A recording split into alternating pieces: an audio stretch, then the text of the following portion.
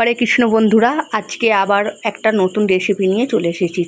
আমি করে নেব আজকে পনির পরোটা। সবাই তো অনেক রকমভাবে খেয়ে দেখেছেন, একবার এইভাবে করে খেয়ে দেখার অনুরোধ রইল। প্রথমেই আমি একটা চাললানে নিয়েছি, এরকম 1.5 বাটি আমি ময়দা দিয়ে দেবো, 1 বাটির একটু কম আটা দিয়ে দেবো। দিয়ে আমি এর মধ্যে লবণ এবং চিনি দিয়ে দেব, একটু কালো জিরে আর জোয়ান দিয়ে, রিফাইন তেল দিয়ে আমি ভালো করে এটা ময়ান দিয়ে নেব।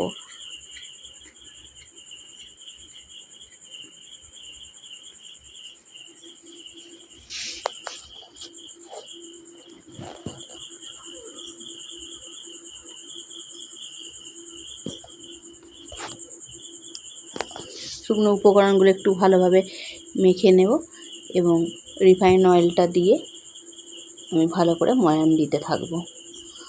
যখন ময়ানটা এরম ভালোভাবে ডেলা হয়ে যাবে বা আবার হাত দিলেই ভেঙে যাবে, তখন আমি এটা জল দিয়ে ভালোভাবে এরকম একটা ডো তৈরি করে নেব।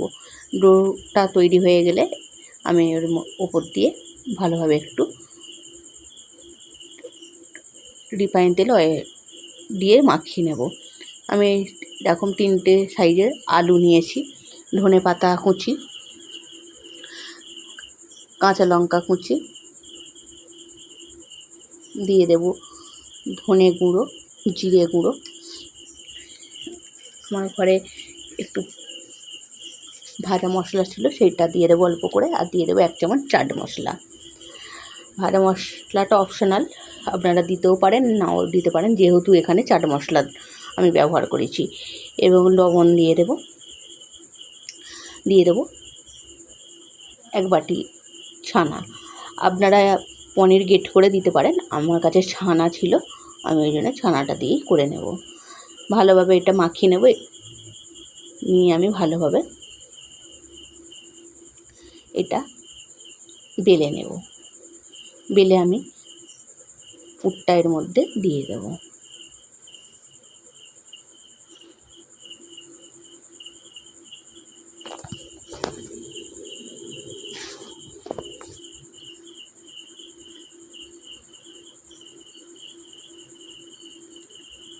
পুরটা চারিদিকে ভালোভাবে দিয়ে দিলে আমি এরকম করে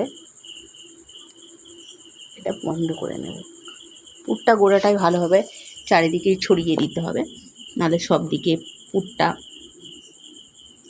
থাকবে না, খেতে অতটা ভালো লাগবে না। আমি এরকমভাবে ভালো করে এটা বন্ধ করে নেব। বন্ধ করে নিয়ে আমি এটা আবারও ভালোভাবে বেলে নেব।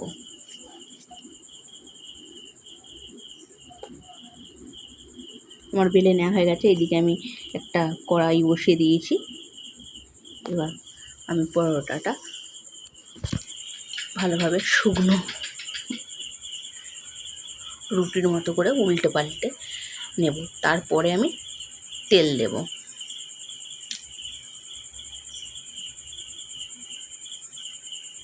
তেল দিয়ে আমি পরোটাটা খুব ভালোভাবে লাল লাল করে ভেজে নেব।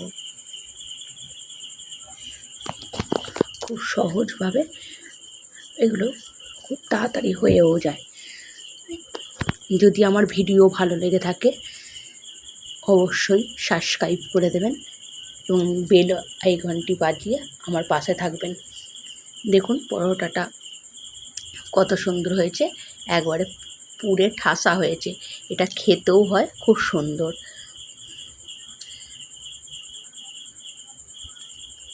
হরে কৃষ্ণ।